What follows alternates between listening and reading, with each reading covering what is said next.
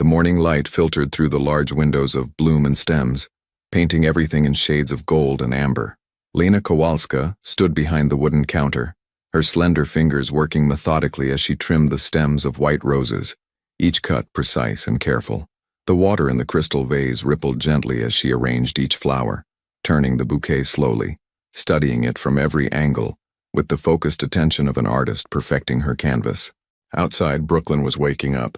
The sounds of the neighborhood drifted through the slightly open door, the rumble of delivery trucks, the chatter of early morning joggers, the distant bark of Mrs. Chen's terrier from the apartment above the bakery next door. It was a symphony Lena had grown to love over the past 3 years since she'd opened her shop on this quiet corner of Carroll Gardens. At 25, Lena had built exactly the life she'd always dreamed of. Simple, peaceful, beautiful. Her small flower shop was her sanctuary, a place where she could lose herself in the delicate architecture of petals and leaves, where every day brought the sweet perfume of fresh blooms and the satisfaction of creating something lovely for others. The shop wasn't large, just enough space for her work table, displays along the walls, and a small greenhouse attachment in the back, but it was hers, and that meant everything. She glanced at the clock. 6:15 in the morning. Most shops on the block wouldn't open for hours, but Lena preferred these quiet early moments. This was when she did her best work, when the world was still soft and unhurried, when she could arrange bouquets for the day's orders without interruption. Her phone buzzed on the counter. A text from her best friend Sophia. "Coffee later? I need to tell you about the disaster date last night." Lena smiled, typing back quickly. "Noon? I'll bring pastries from Angelo's. Can't wait to hear this one." Sophia's dating adventures were legendary, and legendarily catastrophic. Last month it had been the guy who brought his mother to dinner. The month before, someone who spent 2 hours explaining cryptocurrency. Lena loved hearing these stories, grateful for her simple, drama-free existence. Romance had never been a priority for her. She had her flowers, her little apartment 3 blocks away, her Sunday dinners with the elderly Polish couple who lived downstairs and reminded her of her late grandmother. It was enough, more than enough. She moved to the back greenhouse, where morning glories climbed up wooden trellises and orchids bloomed in careful rows. The humidity here was thick and warm, wrapping around her like a blanket. She checked the soil moisture, made notes in her weathered journal about which plants needed attention, adjusted the temperature controls. Everything had to be perfect. Her flowers depended on her consistency, her care, her unwavering attention to their needs. That's when she heard it. A sound that didn't belong to the morning's gentle rhythm. The back door, the one that opened to the narrow alley behind the shops, rattled violently. Once, twice, then a heavy thud, as if something had fallen against it. Lena froze, her hand still hovering over the African violets. Her heart began to beat faster. The back door was always locked. She rarely used it except to put out recycling. The alley was empty most of the time, just brick walls and dumpsters and the occasional stray cat. Another thud, heavier this time. Desperate. She should call someone. The police. Mr. Castellano from the deli who always looked out for her. Anyone. But her feet were already moving, carrying her toward the door almost against her will. Through the frosted glass panel, she could see a dark shape slumped against the frame. Her hand trembled as she reached for the deadbolt. "This is stupid, Lena," she whispered to herself. "This is how people get hurt in movies." But something in the way the shape moved, weakly, painfully, triggered every compassionate instinct she possessed. Someone needed help. That was all that mattered. She unlocked the door and pulled it open. A man nearly fell into her greenhouse, catching himself against the doorframe at the last second. He was tall, powerfully built, wearing an expensive black suit that was torn and stained with something dark across the left side. His dark hair was disheveled, falling across his forehead, and when he lifted his head to look at her, Lena felt her breath catch in her throat. His eyes were the darkest she'd ever seen, nearly black, set in a face that was striking despite, or perhaps because of, its hardness. Strong jaw, straight nose, lips pressed together in a tight line of pain. He looked to be in his mid-30s, and everything about him radiated power and danger, from his broad shoulders to the way he held himself even while clearly injured. "Please," he said, his voice rough and low. "I need—" His knees buckled and Lena reacted instinctively, stepping forward to catch him. He was heavy, solid muscle and bone, and she struggled under his weight as she helped him stagger into the greenhouse. Her logical mind was screaming at her to run, to scream, to do anything except what she was doing, but her hands were already guiding him to the wooden bench near her potting table, easing him down with surprising gentleness. "You're hurt," she said, the words coming out steadier than she felt. "What happened? Should I call an ambulance?" "No." The word came out sharp, almost harsh. He grabbed her wrist, not hard, but firmly enough to stop her from reaching for her phone. His hand was warm, his grip desperate.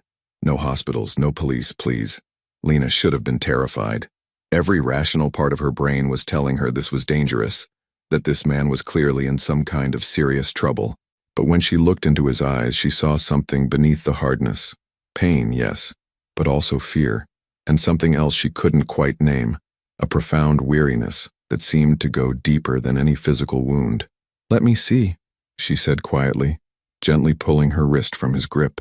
He hesitated, then nodded slightly, leaning back against the greenhouse wall. Lena's hands shook as she carefully pulled aside his suit jacket. The white shirt beneath was soaked with blood on the left side, and when she lifted it, she saw a wound on his upper arm. Not deep, thank God, but bleeding steadily. It looked like something had grazed him, tearing through skin and muscle but missing anything vital. "I need to clean this," she said, her voice taking on the calm, focused tone she used when dealing with a crisis. Once, she'd helped her neighbor after a kitchen accident, applying pressure to a cut until the ambulance arrived. This wasn't so different, just a wound that needed cleaning. "I have a first aid kit, don't move." She grabbed the extensive medical supplies she kept for emergencies. Living alone, working with sharp tools, she'd learned to be prepared, and returned to find him watching her with those intense dark eyes. His gaze followed her every movement as she gathered clean towels, antiseptic, bandages. "This is going to hurt," she warned, soaking a cloth with antiseptic. "I've had worse." His voice was softer now, some of the edge gone. Lena carefully cleaned the wound, trying to ignore how intimate this felt. Her hands on his bare skin, his breath shallow and controlled as she worked.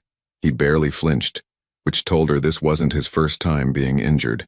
That thought should have frightened her more, but instead, she found herself curious. "What's your name?" she asked, focused on wrapping the bandage around his muscular arm. A pause. "Dante." "Dante," she repeated softly. "I'm Lena. I know." When she looked up in surprise, he added, "The sign out front. Lena's Bloom and Stems. You named it after yourself." "I did." She secured the bandage, her fingers gentle. "There.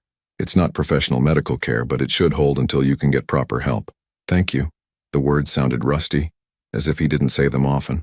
They sat in silence for a moment, the early morning light growing stronger through the greenhouse glass, illuminating the rows of flowers around them.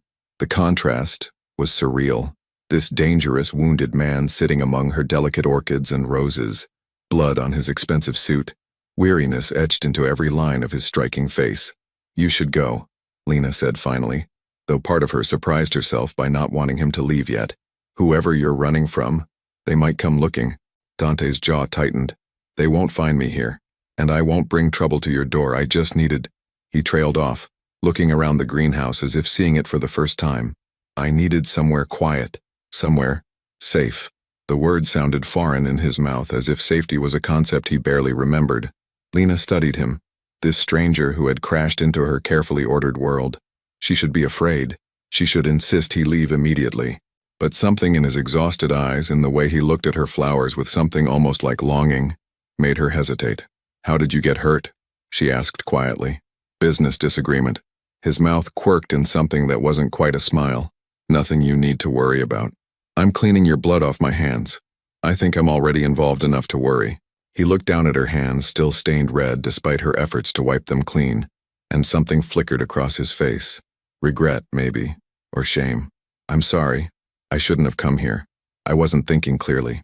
I've walked past your shop before, seen you through the window working with your flowers. You always looked so peaceful.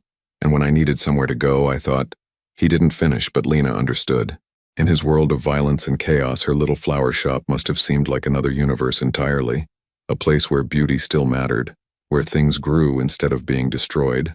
"How long have you been watching my shop?" she asked, and she was surprised to find she wasn't frightened by the admission. "I'm not—" He stopped, ran a hand through his dark hair. "It's not like that. I own several buildings in Brooklyn, yours included. I do occasional walkthroughs of the neighborhoods. Your shop just stood out. You're my landlord? Lena couldn't help the surprise in her voice. Technically, yes. Through a property management company. I doubt you've ever seen my name on the paperwork. That explained the expensive suit, the air of authority even while wounded. This was a man used to power, to control. Whatever business he was in, it clearly involved significant money and equally significant danger. The sun had fully risen now, and Lena knew she should be opening her shop soon. Mrs. Patterson would be by at 7:30 to pick up the arrangement for her daughter's birthday. Mr. Rodriguez needed his weekly bouquet for his wife's grave. Life continued, routine and reliable, even with a wounded stranger sitting in her greenhouse. You need to rest, Lena said, making a decision that she knew might be foolish, but felt right anyway. There's a small storage room in the back of the shop. It has a cot I sometimes use when I work late. You can stay there until you're stronger, until it's safe for you to leave. Dante stared at her as if she'd spoken in a foreign language. Why would you do that? You don't know me. You don't know what I've done, what I'm involved in. No, Lena agreed, I don't. But I know you're hurt and you're scared, even if you won't admit it.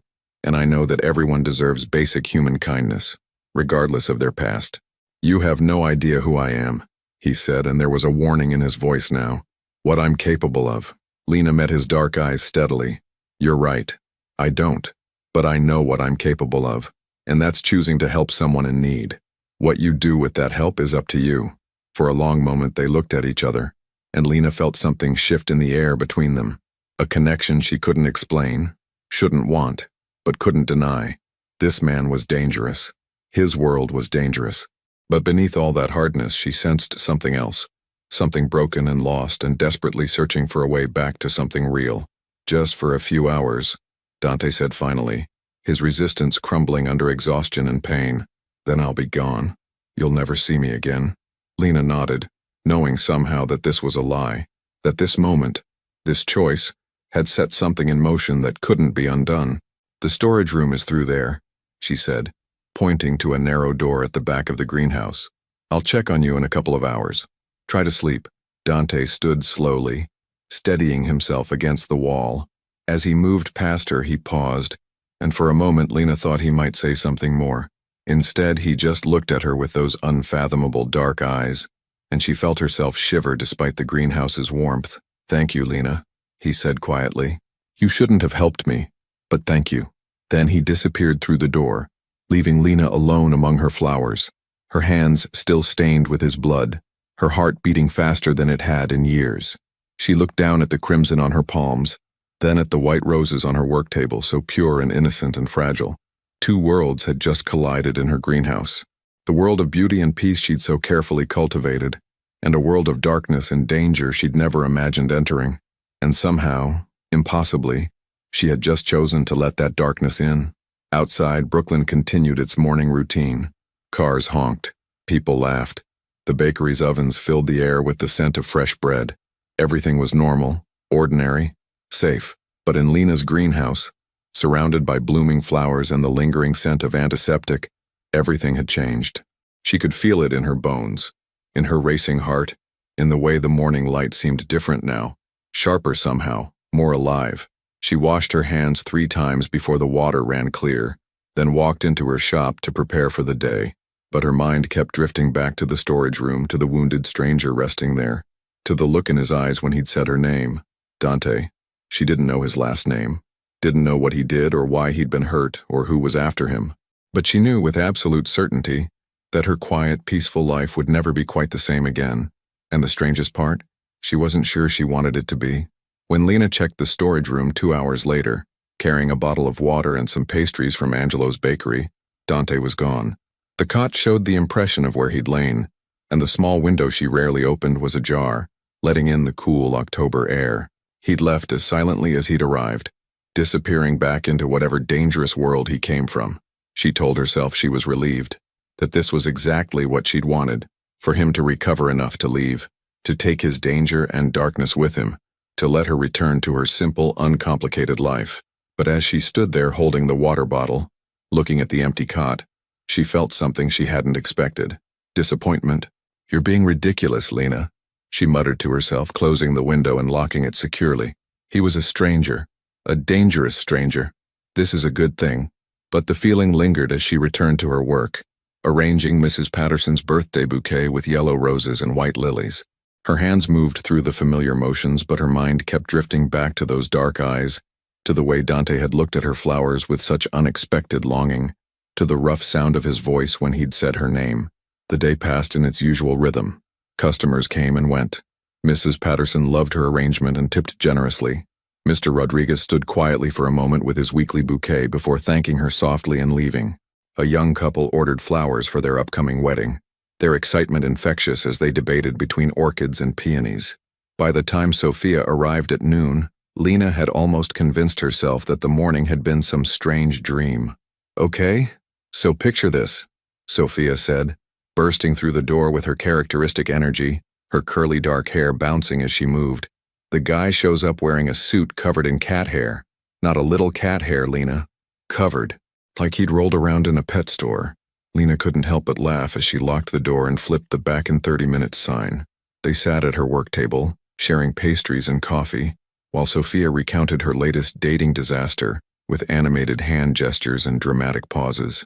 And then, he pulls out his phone and starts showing me pictures of his cats. For 45 minutes, Lena, I now know the names, personalities, and dietary restrictions of 7 cats I will never meet. Maybe he was nervous? Lena suggested, biting into a chocolate croissant. He named one Chairman Meow. Chairman Meow. Sophia groaned, dropping her head onto the table. Why are all the good ones taken or crazy? Or taken and crazy? You'll find someone, Lena said reassuringly, patting her friend's shoulder. Someone who appreciates your energy and only has a reasonable number of cats. What's a reasonable number? Wait, don't answer that. 0. The answer is 0. Sophia lifted her head, studying Lena with suddenly sharp eyes. You look different. Something happened. Lena felt her cheeks warm. Nothing happened. I'm just tired. Early morning. Lena Kowalska, I've known you since freshman year of college. You're a terrible liar. Your left eye does this twitchy thing. Sophia leaned forward conspiratorially. Spill. Did someone finally ask you out? Please tell me it's not Marcus from the hardware store. He's sweet, but he has the personality of unsalted butter.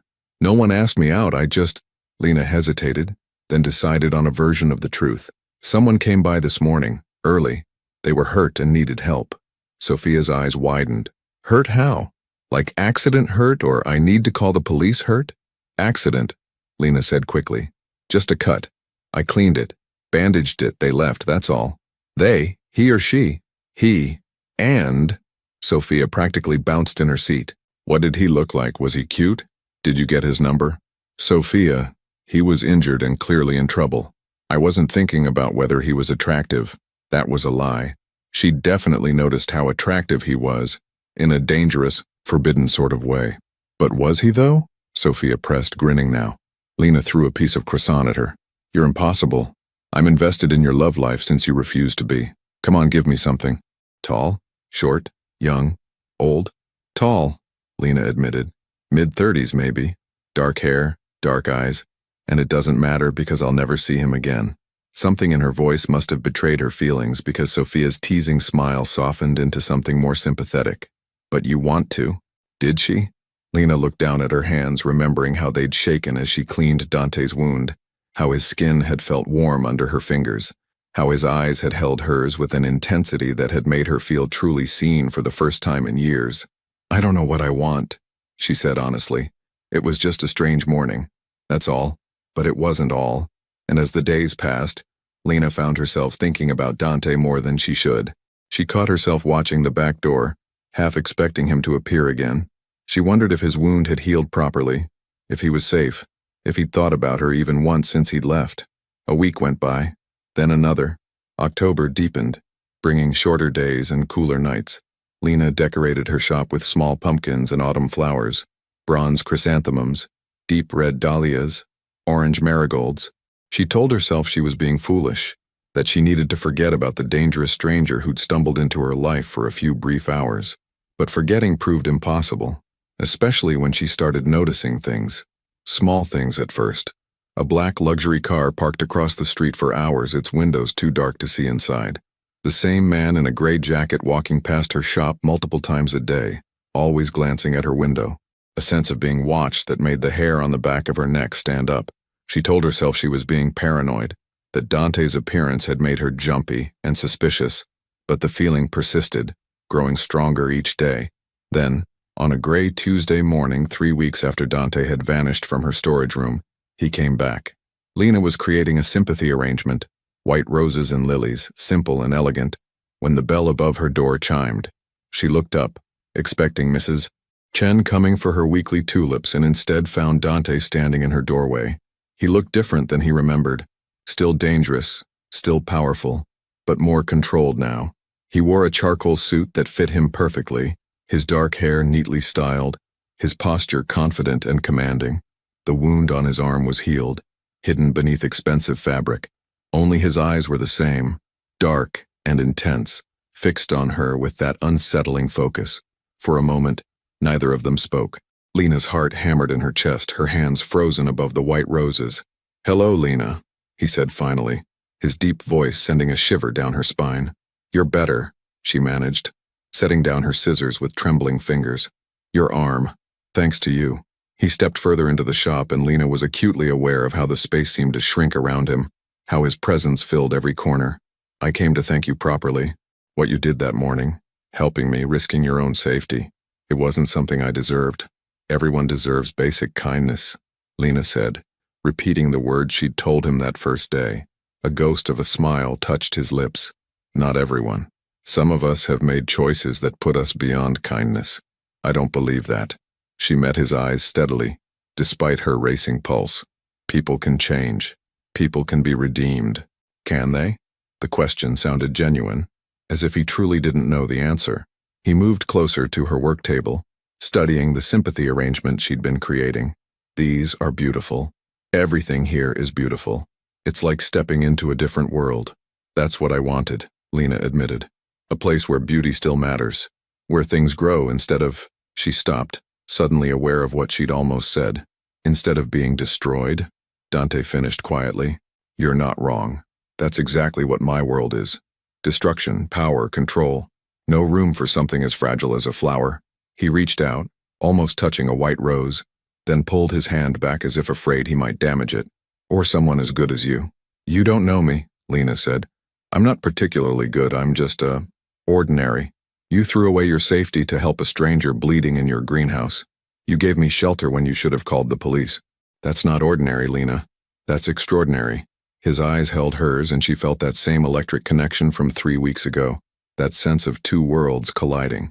But it was also dangerous. "And I need you to understand something." He moved around the work table, close enough now that she could smell his cologne. Expensive, sophisticated, with notes of cedar and spice. Close enough that she had to tilt her head back to meet his eyes. "The people I deal with," he continued, his voice low and serious, "they don't follow the same rules as your world.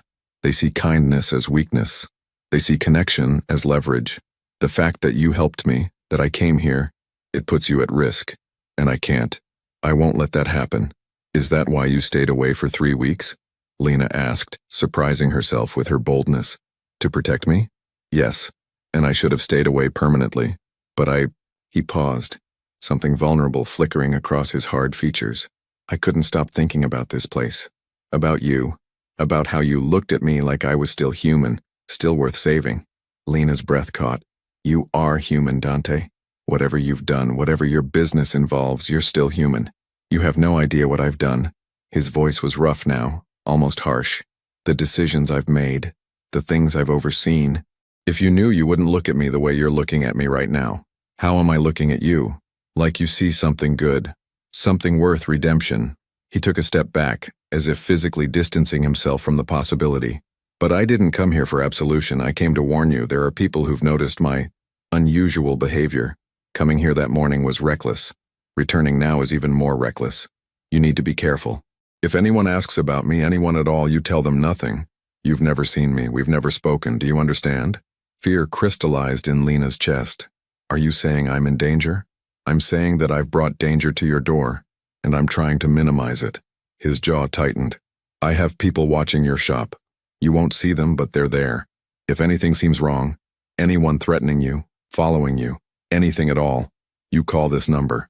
He pulled a card from his pocket and placed it on her work table. Plain white, just a phone number, no name. Someone will answer immediately. Lena stared at the card, reality crashing down around her. This wasn't a romantic story.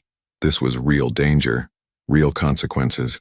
She'd invited darkness into her sanctuary, and now she had to live with that choice.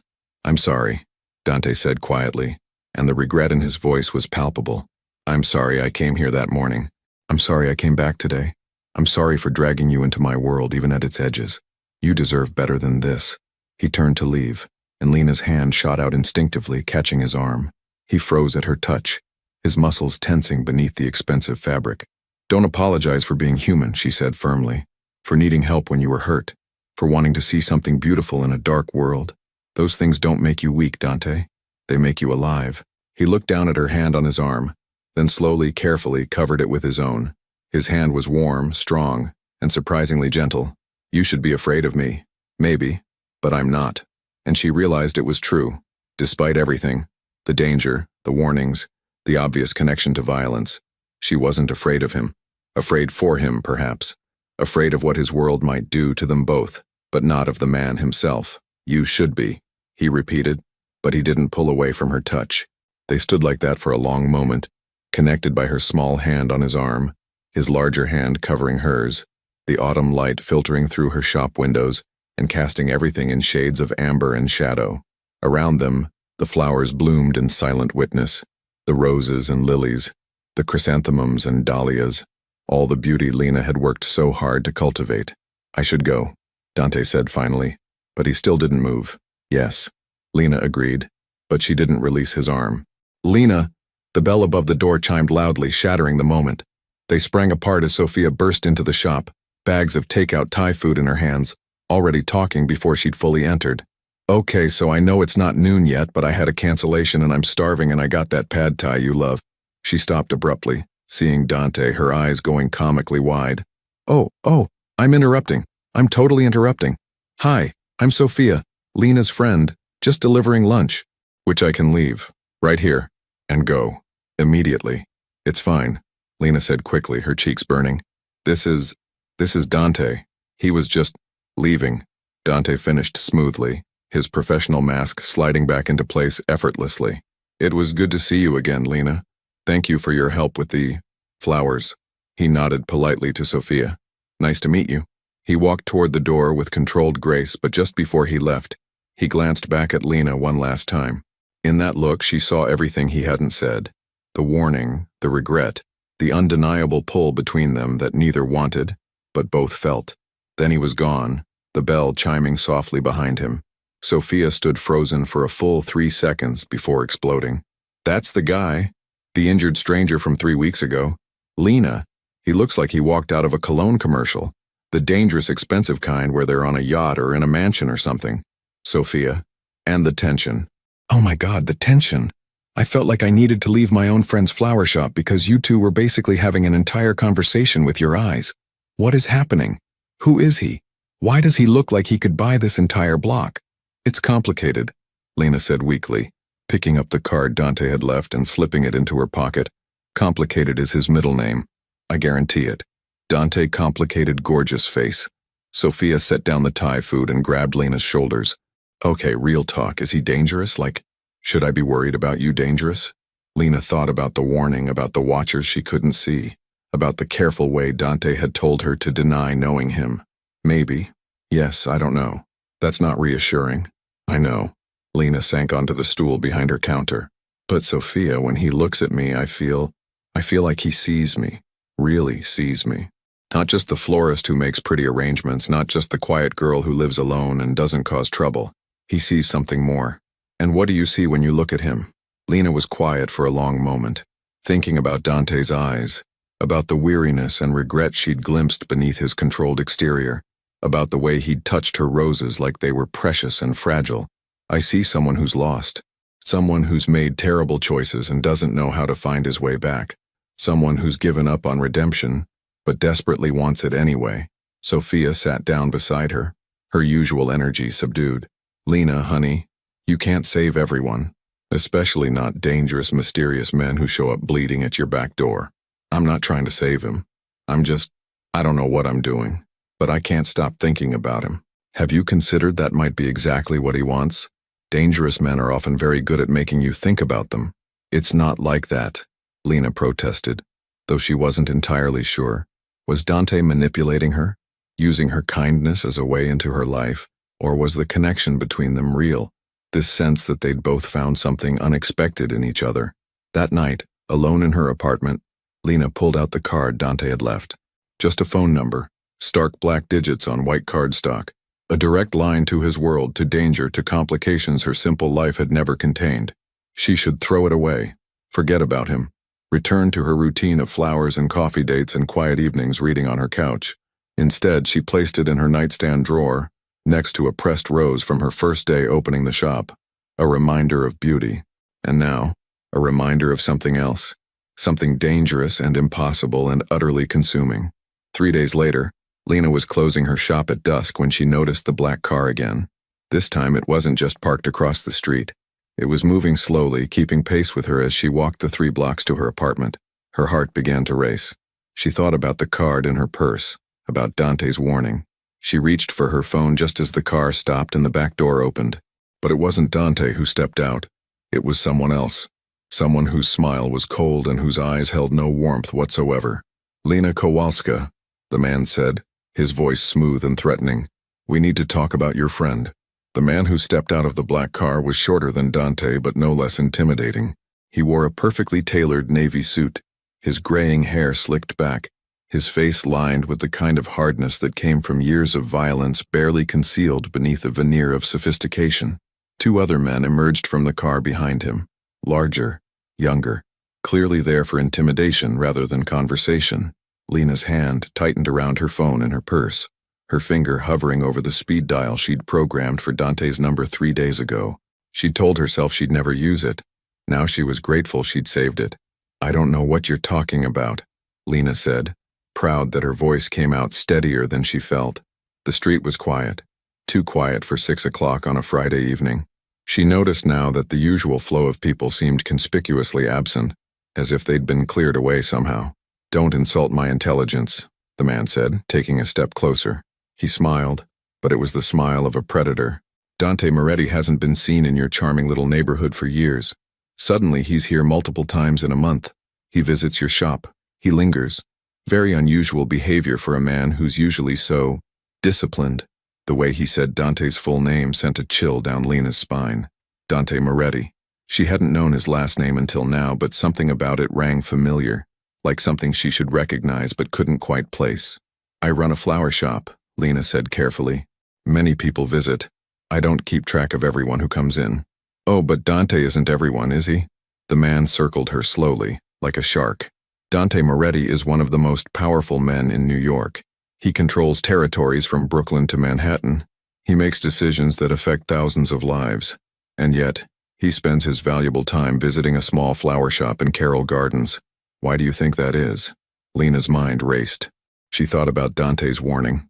Deny everything, tell them nothing. But she also understood the dangerous game being played here. These men knew Dante had been to her shop. Lying completely would be pointless. She needed to minimize, deflect, make herself seem insignificant. "He's my landlord," she said, which was true. "He was checking on the building. We spoke briefly about the lease, that's all." "That's all?" The man stopped in front of her, his cold eyes boring into hers. "My sources tell me he was here for over an hour on Tuesday. That's quite a long lease discussion. He was interested in the shop, in how business was going." Lena forced herself to meet his gaze without flinching. "Is there a law against a landlord caring about his tenants?" One of the larger men snorted, but the gray-haired man held up a hand, silencing him. "You're braver than you look, Miss Kowalska, or more foolish. I haven't decided which." He pulled out his phone, tapped the screen, then held it up to show her a photograph. Lena's blood went cold. It was a picture of her shop, taken through the window. In it, she and Dante stood close together, his hand covering hers on his arm, their faces inches apart. The intimacy of the moment captured perfectly. "Still just a lease discussion?" the man asked softly. Lena's throat went dry. There was no explaining away that photograph, no minimizing what it showed. She'd been caught in an obvious lie, and these men knew it. "What do you want?" she asked, abandoning pretense. "Smart girl. I want you to deliver a message to Dante. Tell him that Vincent Calabrese sends his regards. Tell him that his recent distractions have been noticed. And tell him that everyone he cares about, no matter how insignificant they might seem, is vulnerable. Vincent's smile widened, showing too many teeth. Can you remember all that? I'll remember, Lena said, anger beginning to cut through her fear. But I'm not insignificant, and I'm not a pawn in whatever game you're playing. Oh, but that's exactly what you are. Vincent leaned in close enough that she could smell his expensive cologne, sharp and acrid. You're leverage. You're a weakness. And in our world, weaknesses get exploited. So here's what's going to happen. You're going to call Dante right now and tell him to meet you at your shop in 1 hour. Alone. And if I refuse? Then my associates will ensure you make the call anyway. And trust me, Miss Kowalska, you'd prefer to cooperate voluntarily. Lena's hand shook as she pulled out her phone. Every instinct screamed at her not to do this, not to lead Dante into a trap. But the two large men had moved closer, boxing her in, and she understood with crystal clarity that Vincent wasn't bluffing. She dialed Dante's number. It rang once before he answered. Lena. His voice was sharp with concern. Are you all right? Vincent held up a finger to his lips, a clear warning. Lena took a shaky breath. Dante, I need to see you. At the shop. In an hour. It's important. A pause. When Dante spoke again, his tone had changed. Harder. More controlled. What's wrong? Nothing's wrong, Vincent shook his head firmly. Lena swallowed. Please. I need you to come. Alone. Another pause, longer this time. Lena could practically hear Dante thinking, analyzing every word and inflection. I'll be there, he said finally. But Lena, if something's wrong. 1 hour, she interrupted, her voice breaking slightly. Please. She ended the call before he could say more. Vincent smiled approvingly and took the phone from her trembling hand. Excellent. Now, we're all going to take a little drive to your shop. You're going to open it up, turn on the lights, make everything look normal and inviting. And when Dante arrives, you're going to let him in. After that, you can leave. This is business between men. You're just the bait. The word hit Lena like a physical blow. Bait. She'd been reduced to bait, a lure to trap a dangerous man, and she'd just helped them do it. The drive back to her shop felt surreal. Vincent sat beside her in the back seat, casual and relaxed as if they were friends out for an evening ride. The two large men followed in a second car. As they pulled up to Bloom and Stems, Lena saw that the street was still eerily quiet, the neighboring businesses dark despite the early hour. You've cleared the block, she said dully. We're thorough, Vincent agreed. Now out you go. Remember, lights on, everything normal. Dante is a suspicious man. If anything seems off, he won't come in. And if he doesn't come in, we'll have to get creative about drawing him out. I'd hate for your lovely shop to become collateral damage. The threat was clear. Lena unlocked her shop with numb fingers, turned on the warm overhead lights, even lit the candles she usually saved for evening events. Her sanctuary, her safe space, had been turned into a trap. Vincent positioned himself in the back greenhouse, hidden from the front windows. The two large men waited in the storage room where Dante had once rested. They moved with practiced efficiency, clearly experienced in setting ambushes. Remember, Vincent called softly as Lena stood behind her counter, trying to look natural. When he arrives, you let him in. You exchange pleasantries. Then you excuse yourself. Say you need to get something from the back. Leave through the rear door. My men will make sure you're safely away before things get complicated. You're going to hurt him, Lena said, her voice hollow. We're going to have a conversation. What happens after that depends entirely on Dante's willingness to be reasonable. Vincent checked his watch. 20 minutes. I suggest you compose yourself. You look terrified, and that will make him suspicious. Lena tried to steady her breathing, tried to make her hands stop shaking. She arranged and rearranged roses on her work table, desperate for something to do with her trembling fingers. How had everything gone so wrong so quickly? 3 weeks ago, her biggest concern had been whether she'd ordered enough tulips for autumn arrangements. Now she was trapped in a nightmare she couldn't escape.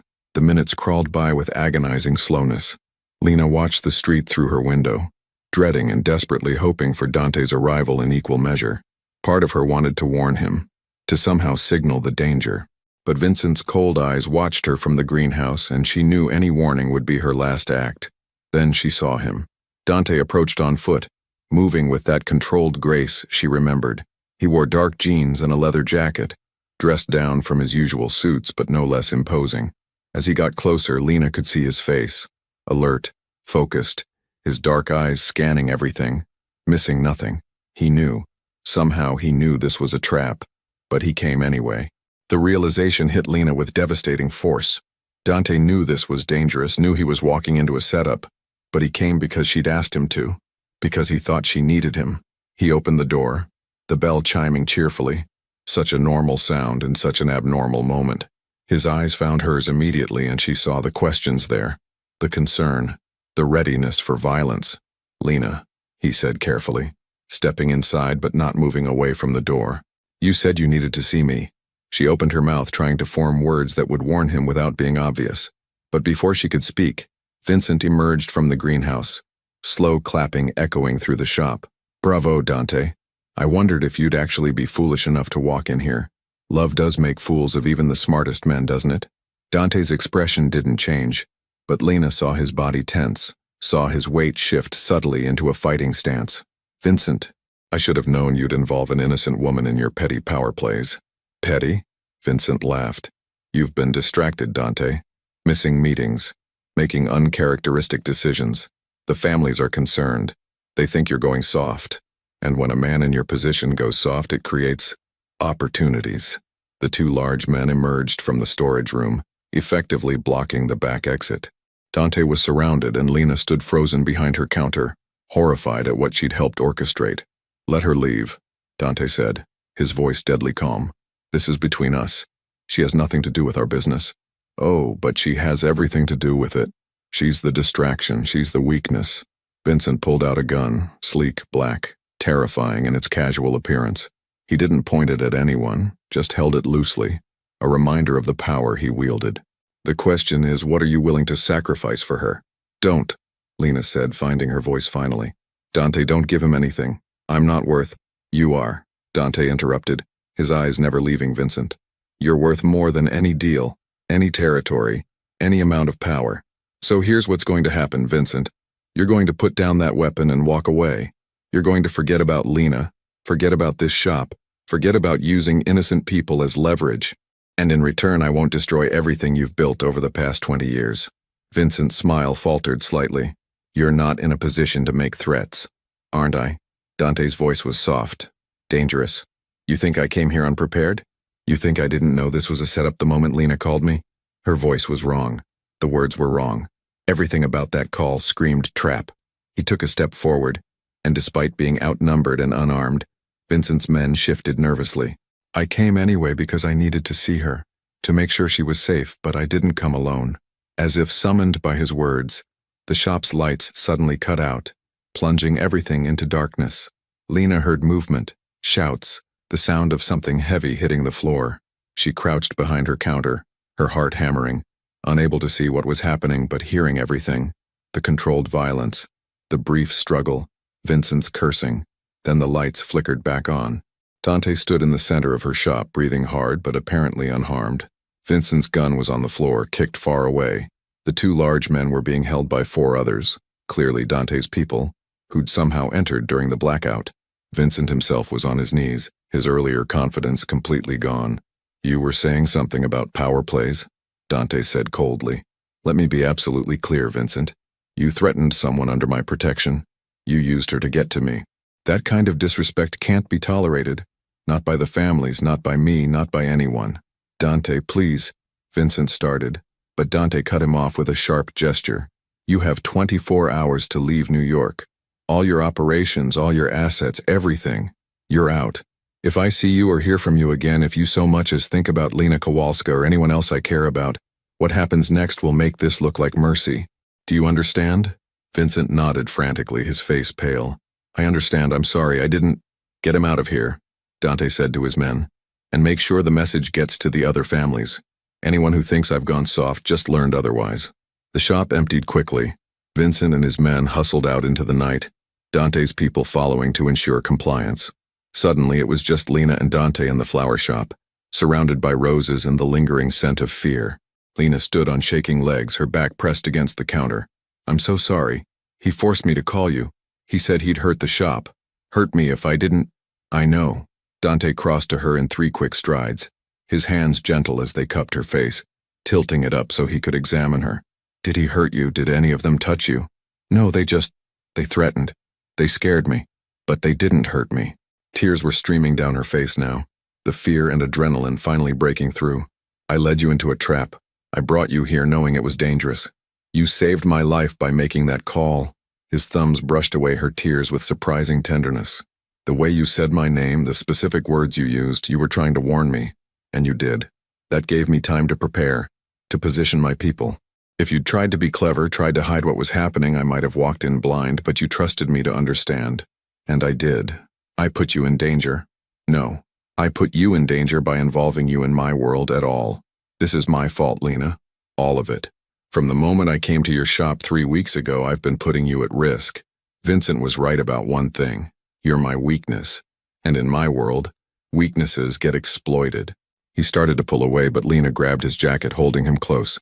Don't you dare walk away right now. Don't you dare use this as an excuse to disappear for my protection or my own good. I'm not a child, Dante. I make my own choices, and I choose. The front window exploded. Lena didn't have time to scream, didn't have time to process what was happening. One moment she was holding Dante's jacket, the next she was on the floor with his body covering hers, protecting her from the shower of glass raining down around them. She heard the sound a split second later. A gunshot, then another. Someone was shooting at them from the street. Stay down, Dante ordered, his body a shield over hers. He had a gun now. Where had he gotten a gun? And was returning fire through the broken window. This wasn't supposed to happen. Vincent was gone. The danger was over. But clearly someone else had decided to take their shot while Dante was distracted. More gunfire. Lena pressed her face against the cool floor of her shop, Dante's weight solid and protective above her. She could smell gunpowder and blood and the sweet scent of crushed flowers. Her beautiful roses trampled in the violence. Her sanctuary destroyed. Then, in the brief pause between shots, Lena heard Dante grunt in pain. No, she whispered, twisting under him to see his face. Blood was seeping through his jacket, spreading across his shoulder. No, Dante, you're hit. It's fine. Stay down. His voice was strained but controlled. He fired 3 more shots, and the shooting from the street stopped. Silence fell, thick and terrible. Lena's hands were shaking as she pressed against his wound, trying to stop the bleeding. You're not fine. You need a hospital. What I need is for you to be safe. He managed to sit up, wincing as the movement pulled at his injury. His face was pale, his breathing shallow. My people will be here in minutes. They'll clean this up. They'll make sure you're protected. But Lena, you need to understand what this means. Tonight was a message. Vincent might have been the messenger, but there are others who see you as my weakness now. Others who'll try to use you against me. So what are you saying? That I should pretend I don't know you? That I should go back to my simple life and forget any of this happened? Lena's voice rose, anger cutting through her fear. It's too late for that, Dante. They already know about me. The damage is already done. Running away now won't make me safer, it'll just make me alone and vulnerable. He stared at her, and in his dark eyes, she saw the war he was fighting with himself. The desire to protect her battling against the knowledge that she was right, that abandoning her now would leave her exposed. You should hate me, he said roughly. After tonight, after everything I've brought into your life, you should hate me. I should, Lena agreed. But I don't. And that's my choice to make, not yours. Outside she heard cars screeching to a stop, doors slamming, voices shouting. Dante's people had arrived, just as he'd said they would. But in the moment before they burst through the door, before the chaos of cleanup and questions and consequences descended, Lena and Dante looked at each other in the ruins of her flower shop, surrounded by broken glass and crushed petals, and the undeniable truth neither could ignore anymore. They were bound together now, by danger, by choice, by something neither of them fully understood, but both felt with devastating intensity. Whatever came next, there was no going back to the way things were. The innocent florist and the dangerous mafia boss had crossed a line that couldn't be uncrossed. And in Dante's eyes, for the first time, Lena saw not just darkness and regret, but something else. Hope. Fragile and impossible and terrifying, but hope nonetheless. The safe house was nothing like Lena expected. She'd imagined something dark and fortress-like, all concrete walls and barred windows. Instead, it was a beautifully restored farmhouse in upstate New York. surrounded by acres of quiet woods painted in autumn colors. The October sun filtered through tall windows, casting warm light across hardwood floors and comfortable furniture that looked lived in rather than staged. "It belonged to my grandmother," Dante said quietly as one of his men, a surprisingly gentle giant named Marco, helped him inside. His shoulder was bandaged now, the bullet removed by a private doctor who'd arrived at Lena's shop within 20 minutes of the shooting. "She left it to me when she died. It's one of the few places connected to my name that's actually peaceful." Lena followed them in, still in shock from the night's events. Her shop was closed indefinitely, the front window boarded up, police tape across the door. Dante's people had handled everything with efficient precision. Statements given, stories coordinated, evidence cleaned. To the outside world, it looked like a random act of violence, a stray bullet from a street altercation. No mention of mafia bosses or power struggles or innocent florists caught in the crossfire. Sophia had called 17 times. Lena had finally answered, keeping her voice steady as she explained she was taking a few days away after the random shooting had rattled her. Sophia had wanted to come immediately, but Lena had talked her down, promising she was safe, that she just needed time to process. The lies tasted bitter on her tongue.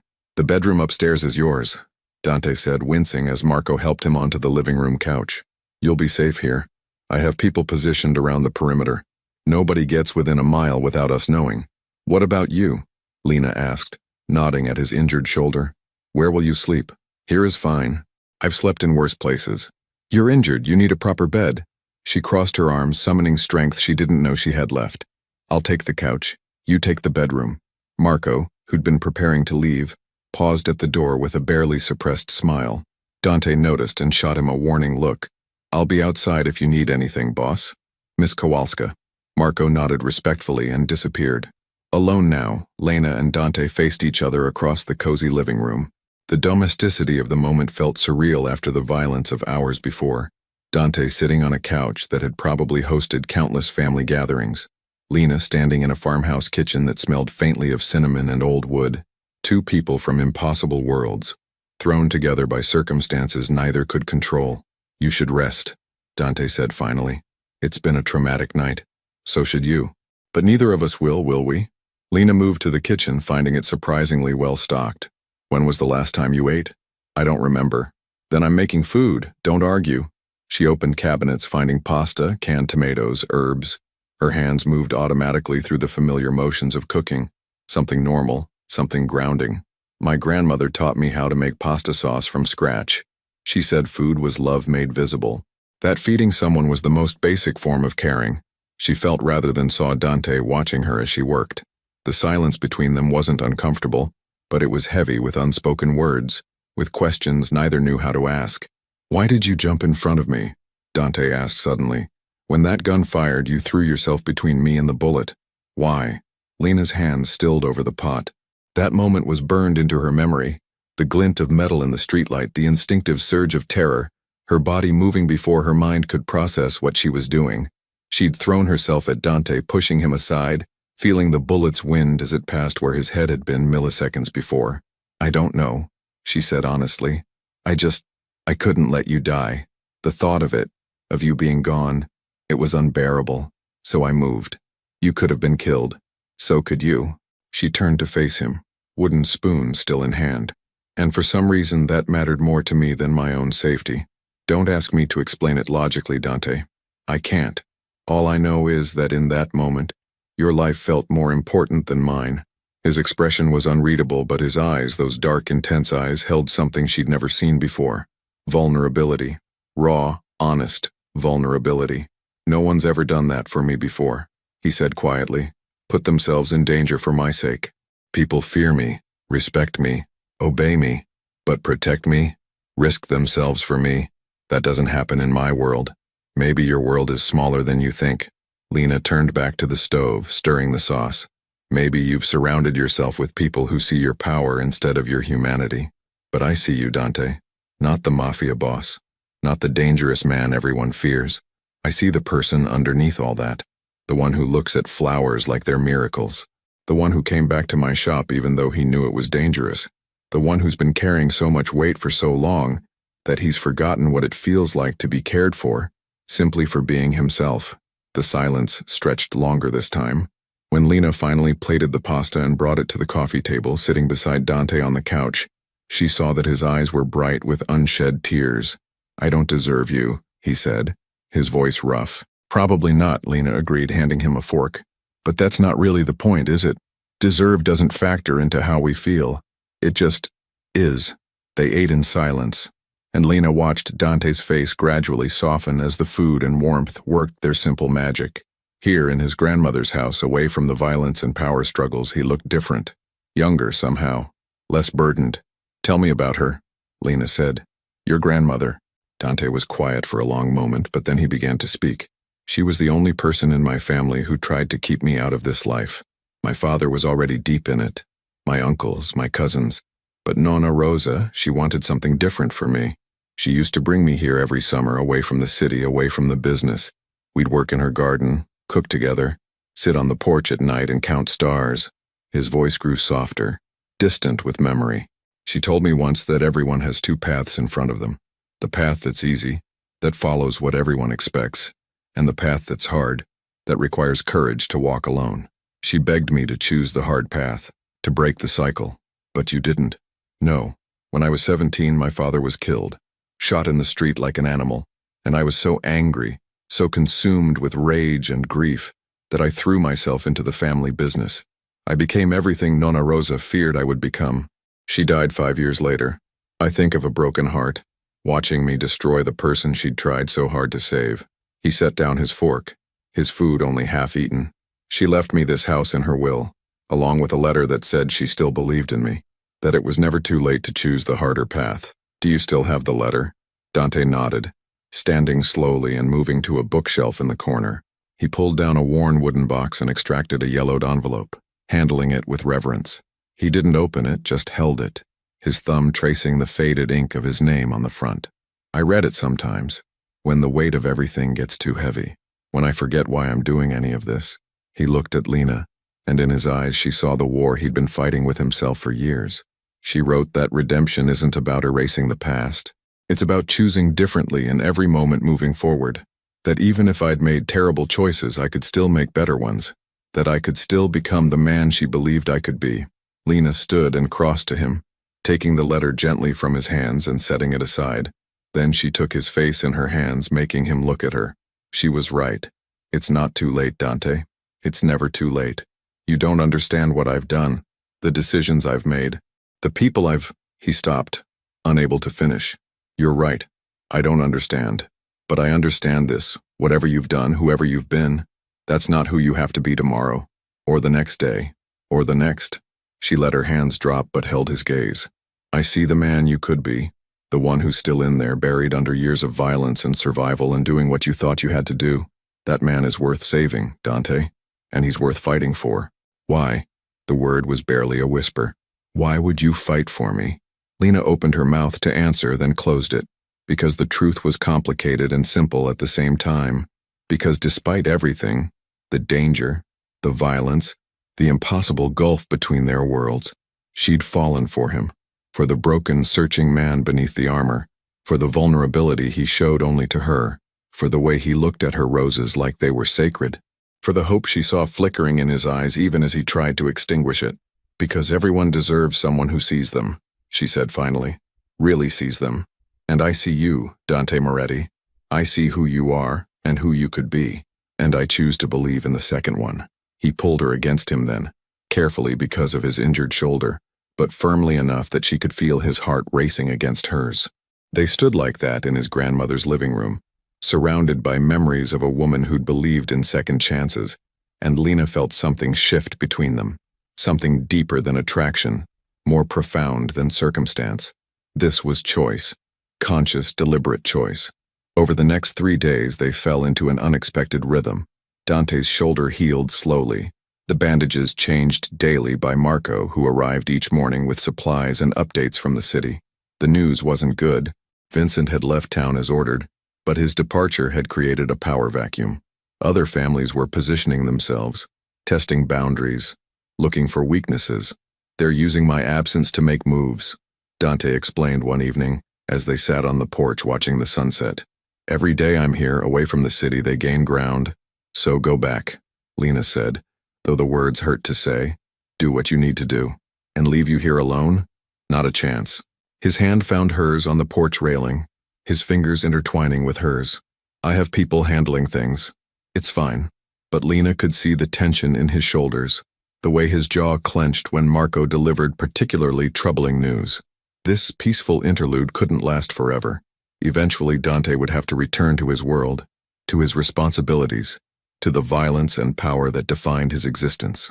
The question was, where did that leave her?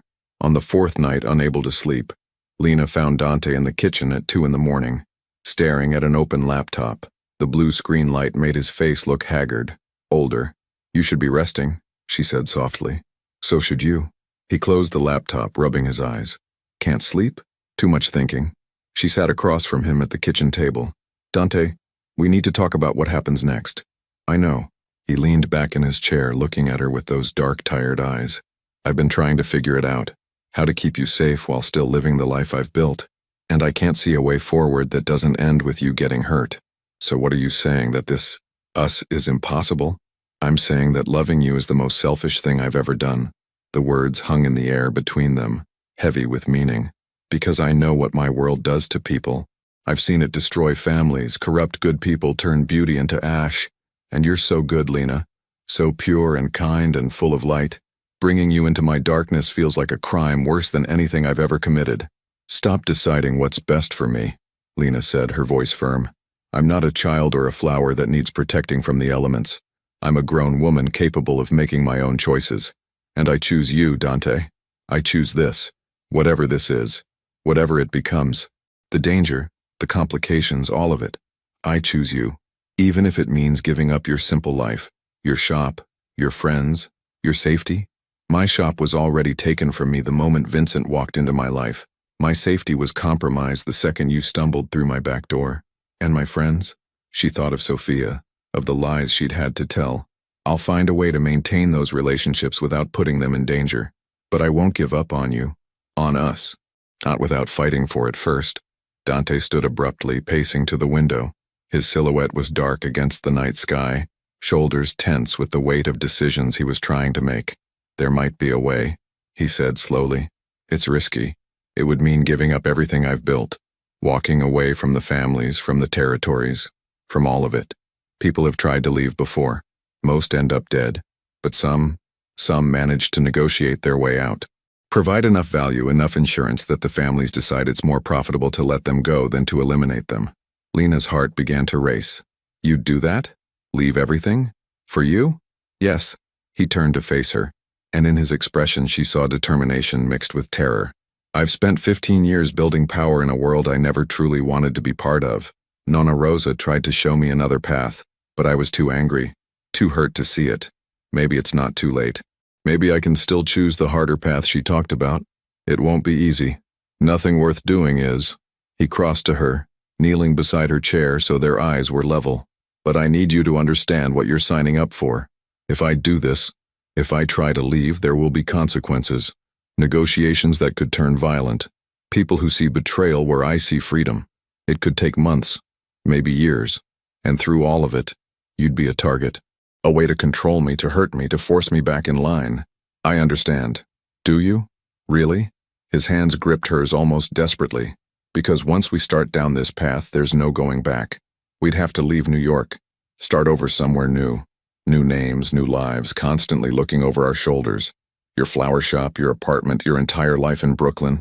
Gone. Can you live with that? Lena thought about Bloom and Stems, about the life she'd so carefully built. The early morning light through her windows, the scent of roses, the satisfaction of creating beauty for others. It had been everything she'd wanted, but that was before Dante, before she'd discovered that there was something more powerful than safety, more compelling than routine, before she'd felt truly seen by another person, truly connected, truly alive. I can live with that, she said. But can you? Can you really walk away from everything you've known? The power, the respect, the control? Dante smiled, and it was the first genuine smile she'd seen from him. Not the cold smiles of a man in control, but the warm smile of someone who'd finally found something worth more than power. I never wanted those things, he admitted. I wanted security. I wanted respect. I wanted to never feel as helpless as I did the night my father died. But power doesn't bring security, Lena. It brings paranoia. It brings isolation. It brings nights like the one when you threw yourself in front of a bullet meant for me. His voice cracked slightly. That moment, watching you risk everything for me, I realized something. Real security isn't about controlling others. It's about trusting someone enough to be vulnerable with them. And real power isn't dominating people. It's having the courage to choose love over fear. Tears streamed down Lena's face now, and she didn't bother wiping them away. So what do? I make the calls. I set up meetings with the right people. I offer them what they want. Assurances that I won't interfere with their operations. Information about competitors, financial incentives. Whatever it takes to buy our freedom. He stood, pulling her up with him. But I need you to promise me something. Anything. If this goes wrong, if the negotiations fail and things turn violent, you run. You take the new identity my people will create for you and you disappear. You don't look back. You don't try to save me. You just run and build a new life somewhere safe. Promise me. Dante. Promise me, Lena. I can face anything. Imprisonment, violence, even death, as long as I know you're safe. But I can't do this if I'm worried about you sacrificing yourself for me again. Promise. Lena wanted to refuse, wanted to insist that they'd face everything together, but she saw the desperate sincerity in his eyes and understood that he needed this promise the way a drowning man needs air. I promise, she whispered. He kissed her then, soft and tender, and full of all the emotion they'd both been holding back. In that kiss was hope and fear and determination and love. Complicated, impossible, but undeniably real love. When they finally pulled apart, Dante rested his forehead against hers. My grandmother would have liked you. She would have said you were exactly the kind of person worth becoming better for. I would have liked her too, Lena said.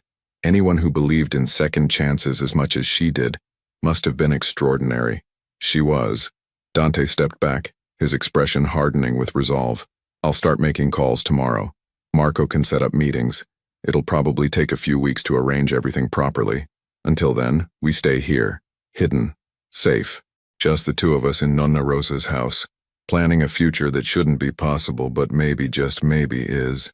That night, they slept in separate rooms as they had every night since arriving at the safe house. But something fundamental had changed. They'd made their choice. Dante would try to leave his violent world behind. Lena would walk away from the simple life she'd built.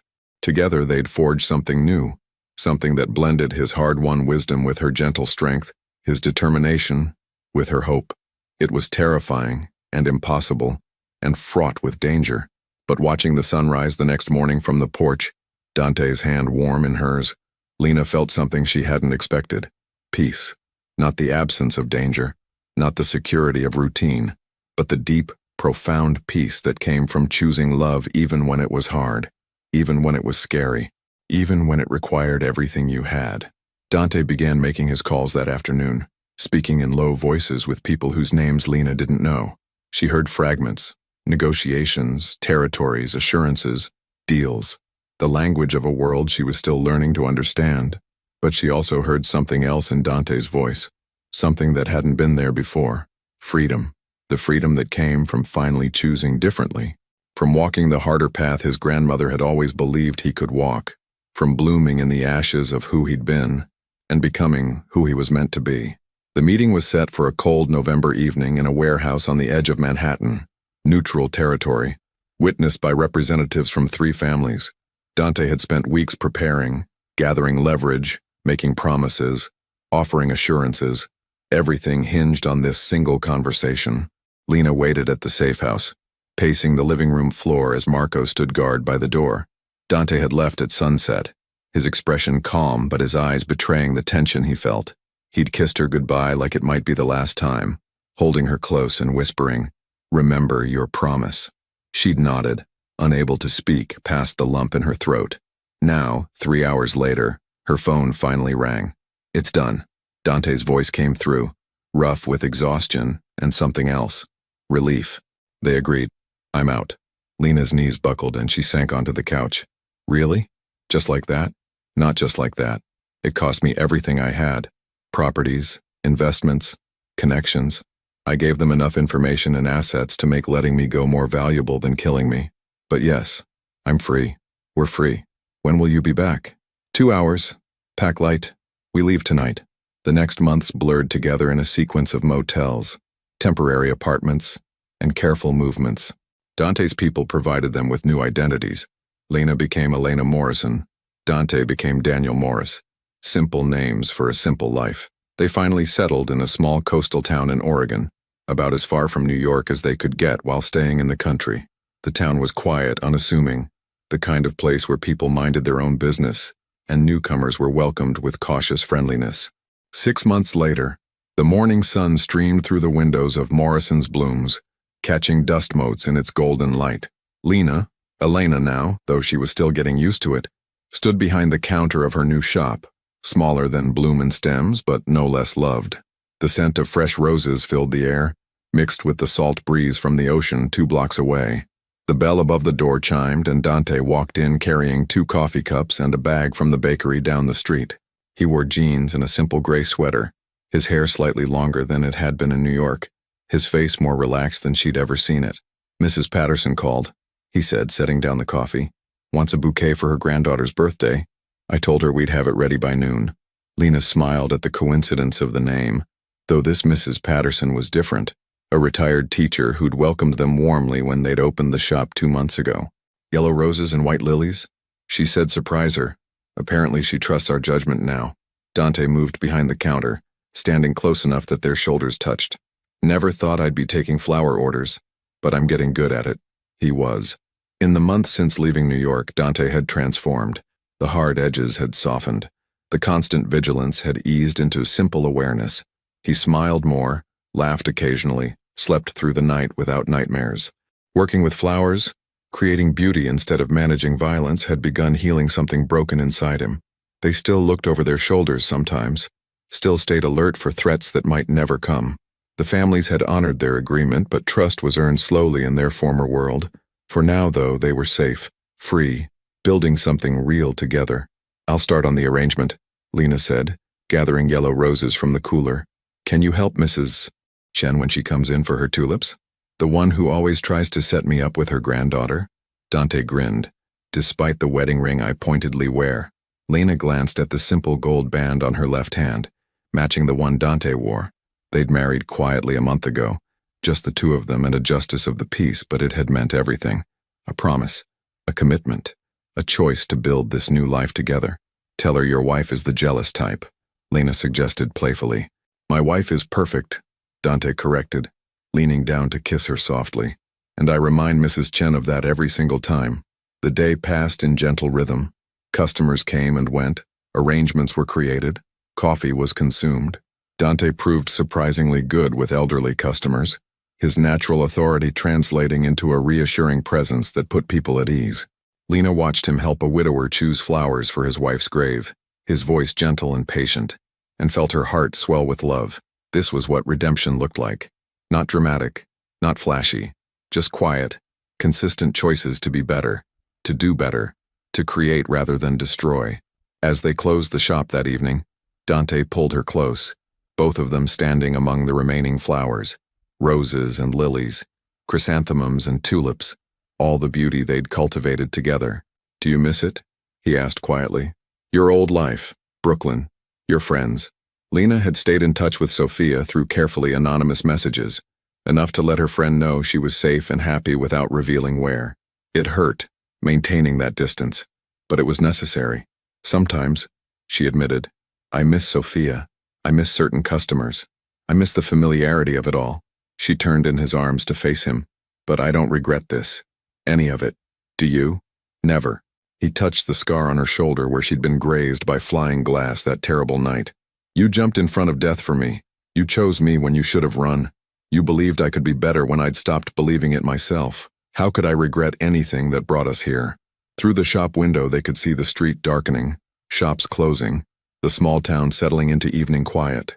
It was ordinary, simple, safe. Everything Lena had wanted in her old life, but richer now, deeper, because it had been chosen rather than defaulted to, because she shared it with someone who understood the cost of this peace. "Your grandmother would be proud," Lena said softly. I hope so.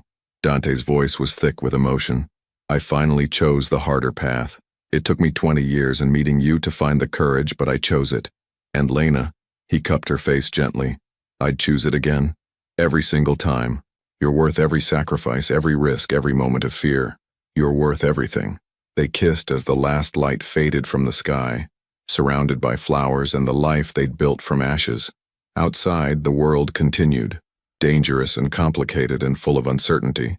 But here in their small shop in a quiet town, they'd found something rare, not perfection, not safety from all harm, but something more precious. The freedom to grow, to bloom, to become who they were meant to be. Together, a florist who'd seen darkness and chose light anyway. A man who'd lived in shadows and finally stepped into the sun. Two unlikely souls who'd found each other in impossible circumstances and refused to let go. The scars remained, on Lena's shoulder, on Dante's arm, in memories they'd carry forever. But scars were proof of survival, proof that they'd faced the worst and chosen to keep living anyway, chosen to keep loving anyway. As they locked up the shop and walked home through the quiet streets hand in hand, Lena thought about that first morning when Dante had crashed into her greenhouse, wounded and desperate. She'd made a choice that day, to help instead of fear, to see humanity instead of danger. That choice had changed everything, had cost her the life she'd known, had given her a life she'd never imagined.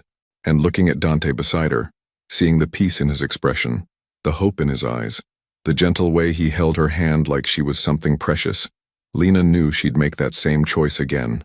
Love was always a risk, always a leap into the unknown.